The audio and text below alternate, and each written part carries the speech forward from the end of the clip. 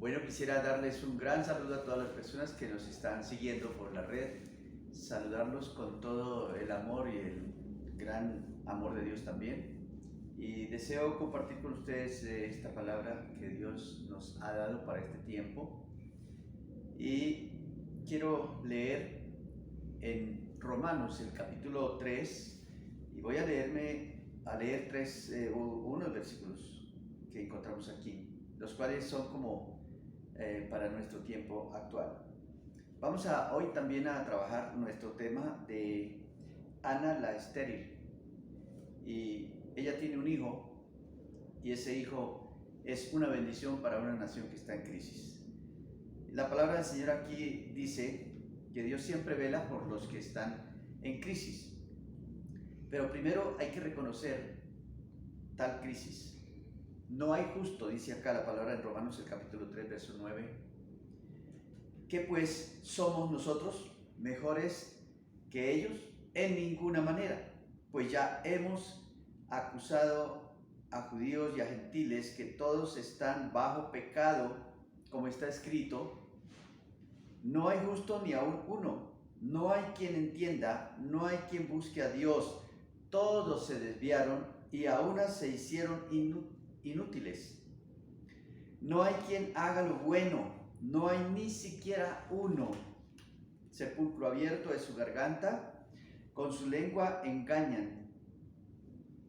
Veneno de áspid hay debajo de sus labios.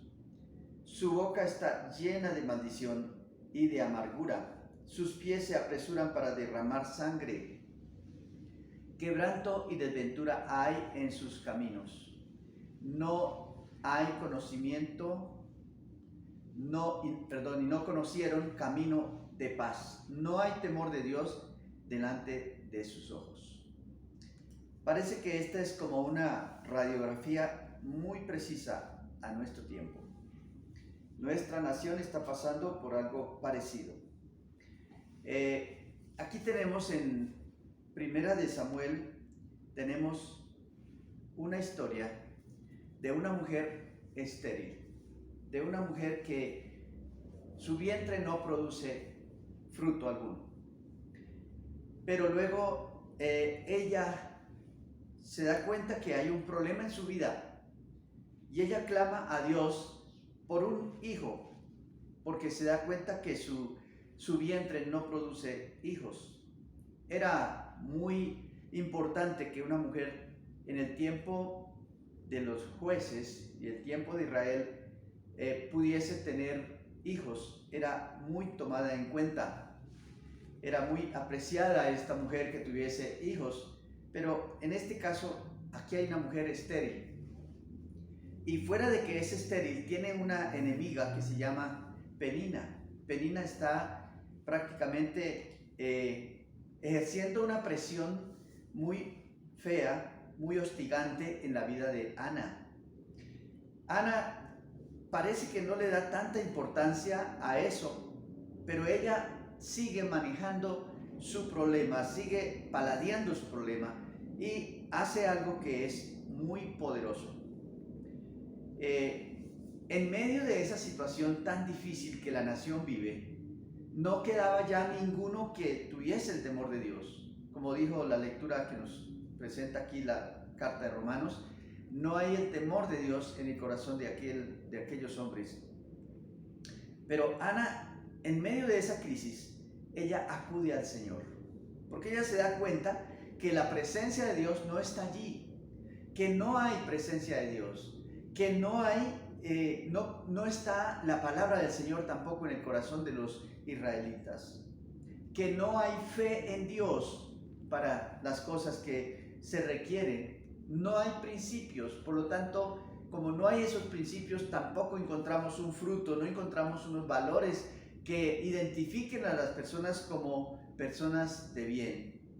Por lo tanto, la nación está en una crisis, en un problema gravísimo, pero allí vemos que Ana va y se postra delante del Señor y ella le clama a Dios por un hijo. Un hijo que al dárselo, ella dice: Señor, si tú me das ese hijo, yo te lo devuelvo para que te sirva todos los días de tu vida. Entonces, había que tomar una decisión. Y esa decisión que toma Ana allí es una decisión tremenda. Quiero que leamos un poquito acerca de esa historia. La encontramos en Primera de Samuel, el capítulo 1. Dice la palabra del Señor así, en el versículo 5. Pero Ana daba una parte escogida. Pero a Ana le daba el esposo, le daba una parte escogida porque amaba a Ana, aunque Jehová no le había concebido tener hijos. Y su rival la irritaba, enojándola y entristeciéndola grandemente, gravemente, porque Jehová no le había concedido tener hijos. Prácticamente aquí vemos que era un problema entre Ana y Dios. Dios no había podido darle hijos. No sé la razón, pero aquí la Biblia lo está diciendo, que Dios mismo no le había dado hijos. Así que ella hacía oración permanente al Señor. Dice, cuando subía a la casa de Jehová, la irritaba así, por lo cual Ana lloraba y no comía. Elcana su marido le dijo, Ana, ¿por qué lloras? ¿Por qué no comes? ¿Y por qué está afligido tu corazón? ¿No te soy yo mejor que 10 hijos? Y se levantó Ana después que hubo comido y bebido en Silo, y mientras el sacerdote Elí estaba sentado en una silla junto a un pilar del templo de Jehová, ella con amargura de alma oró a Jehová y lloró abundantemente, e hizo voto diciendo, Jehová de los ejércitos, si te dignares mirar a la aflicción de tu sierva, y te acordares de mí, y no te olvidares de mi sierva, sino que dieres a tu sierva un hijo varón, yo te lo dedicaré a Jehová todos los días de su vida, y no pasará navaja sobre su cabeza. Mientras ella oraba largamente delante de Jehová, Elí estaba observando la boca de ella. Pero Ana hablaba en su corazón, solamente se movían sus labios. Solamente ella estaba allí concentrada en su oración delante del Señor. Y no se oía su voz. Y Elí la tuvo por ebria. Entonces le dijo Elí, ¿hasta cuándo estarás ebria? Digiere tu vino. Y Ana le respondió diciendo, no, Señor mío, no, yo soy una mujer atribulada de espíritu, no he bebido vino ni sidra, sino que he derramado mi alma delante de Jehová. Muy bien, entonces aquí tenemos una mujer que ora, una mujer que presenta su petición delante del Señor, y una mujer que aparte de que presenta su petición, se humilla delante del Señor. ¿Sabe que hay como 3 pasos aquí que yo puedo encontrar, los cuales Ana usó para poder obtener la respuesta de su petición?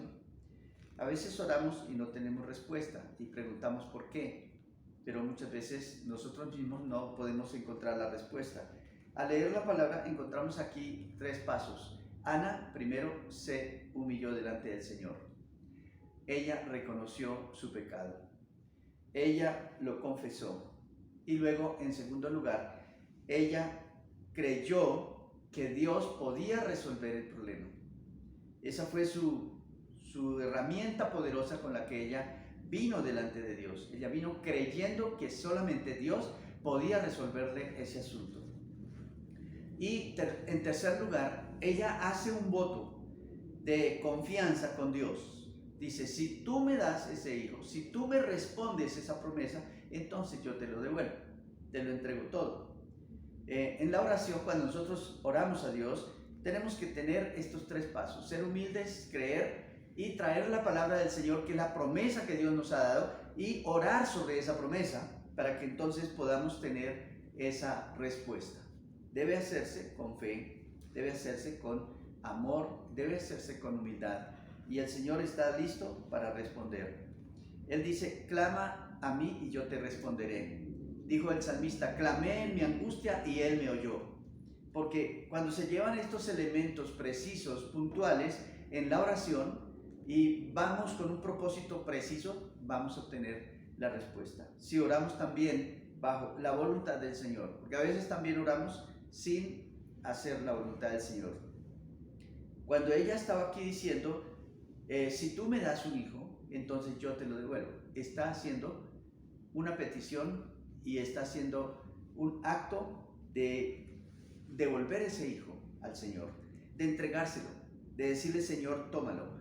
Está haciendo la voluntad de Dios, está diciendo: lo que tú hagas con ese hijo está bien, lo que tú hagas también conmigo está bien, pero quiero hacer la voluntad del Señor. Bien, entonces aquí tenemos otra enseñanza poderosa. Dios Él sabía que había una crisis, Él sabe que hay una situación difícil, y Dios está preparando una forma como poder resolver esta situación que tiene Israel. En la era de o en el tiempo de los 100 o 1100 años, es la fecha que tenemos en que este evento ocurre, Dios le está mostrando al pueblo que hay una manera como restaurar el gobierno de una nación que está muy afligida, que está muy menesterosa, que está en unas grandes necesidades de principios, del temor de Dios, de la palabra de Dios allí, de lo que se llama la buena vida que Dios nos da. Había esa crisis y Dios dice: vamos a resolverla. Y parece como ilógico e irracional, pero Dios levanta a un hijo, a un hombre que se llama Samuel, hijo de una estéril. Imagínense la serie de milagros que Dios está haciendo aquí. Primero, pues, un vientre estéril, pero de allí Él saca una persona que le va a servir a la nación de Israel como sacerdote, como profeta, como gobernante, como juez, como siervo de Dios, y para levantar una crisis que esta nación tiene. Entonces el gobierno nace de las necesidades que este pueblo tiene. En el tiempo de los jueces, la Biblia dice que todos hacían lo que bien les parecía. Eso quiere decir que cada uno andaba por su camino, lejos de Dios, sin tomar en cuenta a Dios. Ese término expresa algo así como eso, ¿no? No tomaban en cuenta a Dios. Andaba cada quien en su historia, en su cuento, en su película, como decimos hoy día. En el corazón de Ana entonces hay una angustia y hay un deseo de que Dios traiga ese hijo, y ella lo quiere consagrar completa y totalmente entonces para el servicio al Señor. Es así que entonces se lleva a cabo este plan maravilloso para rescatar los valores y la vida de toda una nación. Creería yo que hoy nosotros podemos hacer lo mismo para rescatar los valores, para rescatar la buena vida, el bien de una nación, el buen gobierno, los buenos principios, el buen respeto, la honra de una nación. Pero el primer detalle que aquí encuentro yo es que esta nación tiene que acercarse a Dios, pero debe tener un guía. ¿Por qué Dios presenta un guía aquí? Porque el guía que tenía se había apartado de Dios. Ellos habían dejado caer prácticamente toda la vida de Dios, la relación con Dios se había muerto, estaban separados, estaban lejos de Dios. Por eso Romanos nos decía: no hay quien tema a Dios, no hay quien haga el bien, no hay ni siquiera uno. Todos están igualmente manchados del mismo problema, del mismo pecado. Entonces, aunque hay en la vida de Ana menosprecio y aunque hay tanto bullying, digamos así, que le hicieron a Ana, sin embargo ella prosigue con su plan delante del Señor. El nombre de Ana significa gracia y el nombre del fruto que da su vientre significa Dios oye. Ese es el nombre de Samuel, Dios oye. Ana se entrega a la formación completa entonces de ese hijo. Ella empieza una tarea, una labor muy específica y muy importante en la vida de su hijo. Ella empieza a educarlo, a enseñarle el temor de Dios, a prepararlo para que ese hijo le sirva al Señor de verdad, de todo corazón. De manera que Samuel crece. Desde niño él entiende y sabe que debe estar el temor de Dios en su corazón. Entonces el temor de Dios está allí y él está preparándose también para servirle al Señor. Él sabe que no es otro el llamado, no es otro el oficio, es ir a servirle al Señor. Por lo tanto, entonces Ana se entrega a ese servicio perfecto y tremendo que Dios le otorga allí. Entonces Dios trae un propósito en la vida de este niño, de este pequeño que nace allí. En Proverbios 22:6, la Biblia dice que debemos instruir al niño cuando es joven, cuando es niño, para que cuando sea viejo no se aparte de los principios del temor de Dios, de la palabra de Dios. Creo que esa es una tarea que nosotros los cristianos también tenemos que hacer. Toda persona que tiene el temor de Dios debe infundir ese mismo temor al corazón de los hijos, para que ellos también puedan entonces servir al Señor con todo su corazón.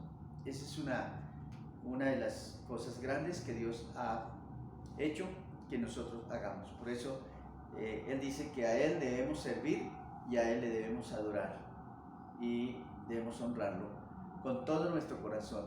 Y qué bueno es enseñarle a los hijos que ellos también se propongan en tener el temor de Dios en sus vidas, en sus corazones, y que asimismo lo enseñen a otros. Entonces viene el capítulo 1, verso 24, viene la dedicación de este hijo. Ana lo presenta y allí es donde ella le dice al Señor: está aquí el hijo que tú me diste. Ahí lo encontramos en el capítulo 1, verso 24 y verso 28. Dice así: después que lo hubo destetado, lo llevó consigo con 3 becerros y un efa de harina y una vasija de vino, y lo trajo a la casa de Jehová en Silo. Y el niño era pequeño. Y matando el becerro, trajeron el niño a Elí. Y ella dijo: oh Señor mío, vive tu alma, Señor mío. Yo soy aquella mujer que estuvo aquí junto a ti orando a Jehová. Por este niño oraba y Jehová me lo dio. Jehová me lo entregó. Lo que le pedí, él me dio. Yo pues lo dedico también a Jehová. Todos los días que viva será de Jehová. Y adoró allí a Jehová. Este es como un cuarto paso que Ana hizo en su oración. Ella entregó todo lo que Dios le dio, lo devolvió, y consigo devolvió una ofrenda y una adoración a Dios.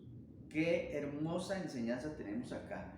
Qué poderosa oración y qué respuesta tan efectiva tuvo Ana.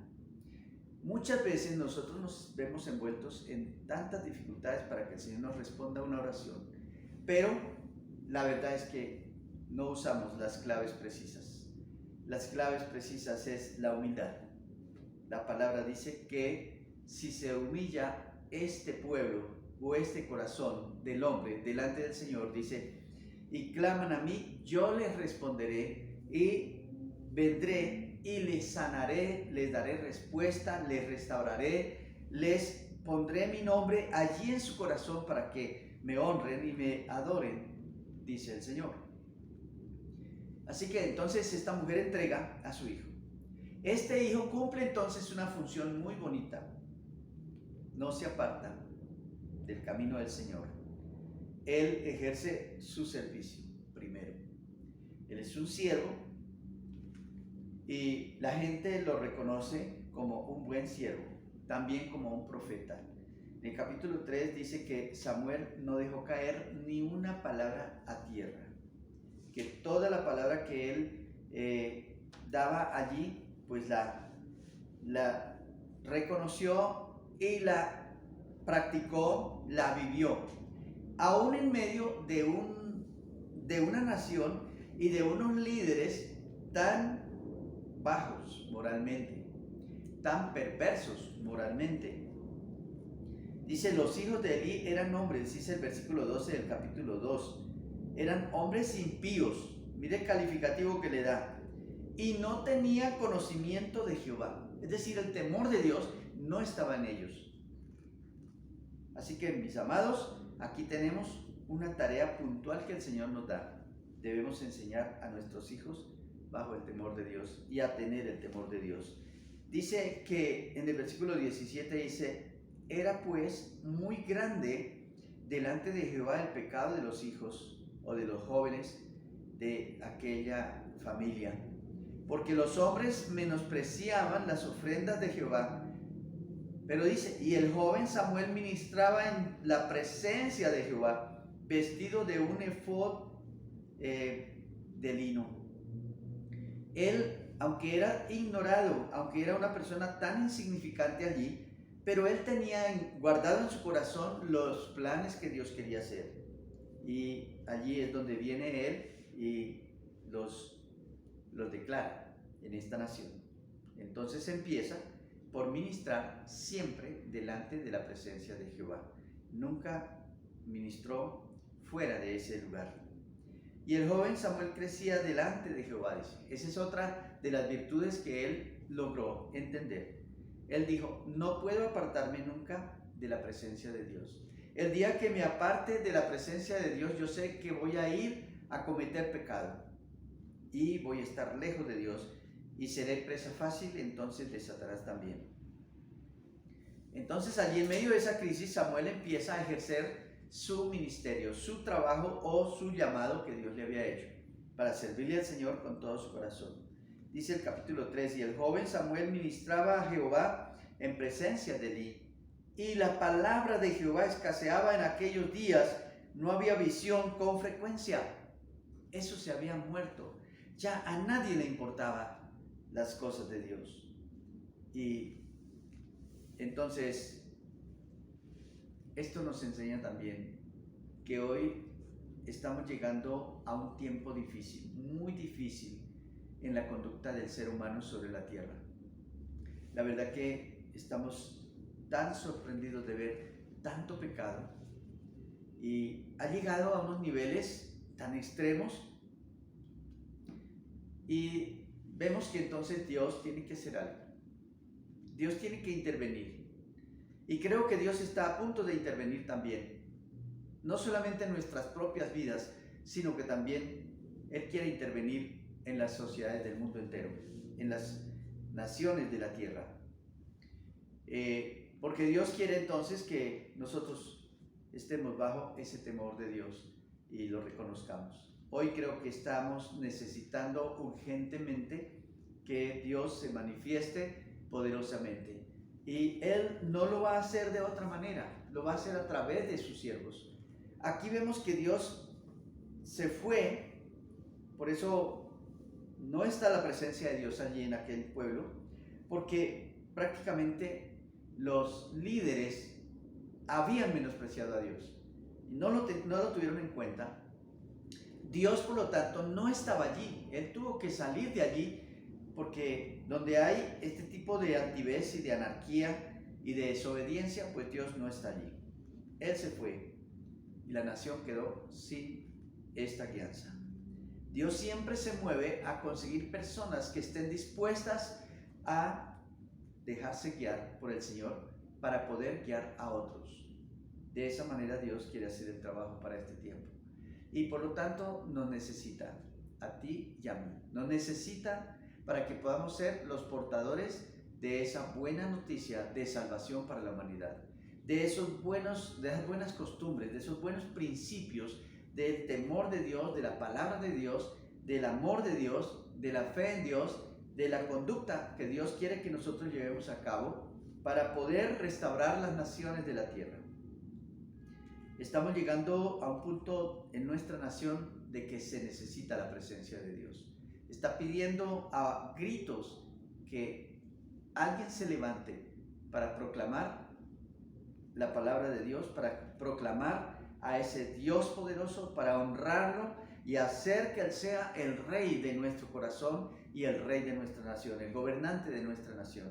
Así que, mis amados, aquí tenemos una lección muy maravillosa. Dios levantó a Samuel para que se manifestara Dios a través de la vida de Samuel, con esos ministerios que Dios soltó sobre Samuel, y también para sanar y levantar a esta nación que estaba tan caída, que representaba la autoridad, el señorío y el poder de Dios. Aquí Dios también nos está levantando a nosotros para que podamos ser la luz en medio de las tinieblas, la luz en medio de nuestra nación Colombia, que la está necesitando urgentemente. Creo que si todos nos levantamos, todos los cristianos, los líderes, pastores y maestros de la palabra del Señor, nos levantamos en ese temor de Dios, en esa bendición en que Dios nos ha puesto a trabajar, y le damos con juicio, con tesón, con ese consentimiento de que Él es el que nos llama a hacer este trabajo. Y si vamos en el temor de Dios, y si no nos apartamos de la presencia del Señor, yo sé que vamos a lograr un buen trabajo en nuestra nación. Mis amados, Colombia nos necesita. Por lo tanto, estamos aquí en una esterilidad, pero el Señor está levantando hombres y mujeres que Dios ha llamado a servirle, y aquí estamos. Queremos que seamos el impacto para muchos y que muchos sean contagiados a servir al Señor. Está llamando al Señor urgentemente y rápidamente. No hay tiempo, es ya el momento. Creo que no hay mucho tiempo para listar cosas y llevar en nuestro ministerio. Es ir a hacerlo simplemente. Jesús dijo que la mies era mucha y los obreros muy poquitos. Creo que el Señor está trayendo un avivamiento muy grande y muchos están siendo llamados. Es impresionante cómo Dios está llamando niños que sienten y perciben en una forma impresionante y sobrenatural la gloria de Dios y la presencia de Dios. Y están ya comenzando a ministrar. Los jóvenes, los adolescentes están siendo usados por el Señor grandemente. Tenemos testimonios muy tremendos y muy grandes de todo esto que Dios está haciendo para este tiempo. Pareciera que Él está quieto, pero no está quieto. Él se está moviendo grandemente. Mis amados, quiero dejar esta enseñanza, esta palabra en sus corazones, y lo que más deseo es que podamos practicarlo, podamos recibir esta enseñanza que el Señor nos da. Es tan pequeña, es tan simple, pero de una grande profundidad, porque es un llamado que Dios nos está haciendo. Deseo que Dios les bendiga. Vamos a orar para que el Señor nos ayude a ser de bendición a muchas personas. Padre, gracias por este momento precioso que nos das. Queremos agradecerte porque nos has llamado, primero, a creer en ti. Segundo, a servirte. Gracias porque nos has llamado a ser hijos tuyos y también a servirte. Gracias porque tú tienes un plan maravilloso de salvación para la humanidad y nos ha llamado a nosotros a esa salvación y la hemos experimentado. Por lo tanto, queremos compartirla también a toda persona que está con nosotros y alrededor de nosotros. Queremos, Señor, ser un ejemplo, queremos ser un testimonio vivo, verdadero. Queremos impactar, Señor, de una manera profunda y poderosa.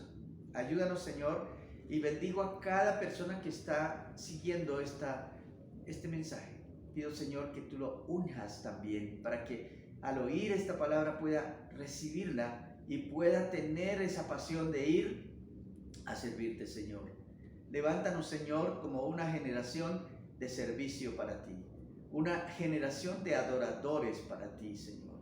Una generación que trae tu reino a la tierra, una generación que trae tu bendición a la tierra, que la profiere, que la predica, que la enseña y la practica. Padre, en el nombre de Jesús, queremos bendecir también nuestros hijos, porque ellos están allí y necesitan nuestro apoyo, necesitan nuestra guianza, necesitan que hablemos de ti en sus vidas, que profeticemos sobre sus vidas, que pongamos bendición sobre sus vidas, Señor. En el nombre de Jesús pedimos que tu bendición sea extendida sobre sus vidas, que tú puedas bendecir, Señor, también todo lo que ellos necesitan.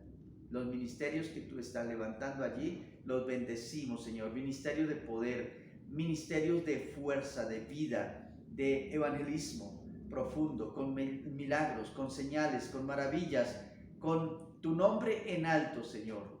Gracias. En esta noche, en este día, te damos la honra y la gloria a ti, Señor. En Cristo Jesús. Amén y amén. Dios les bendiga y nos vemos en otra ocasión.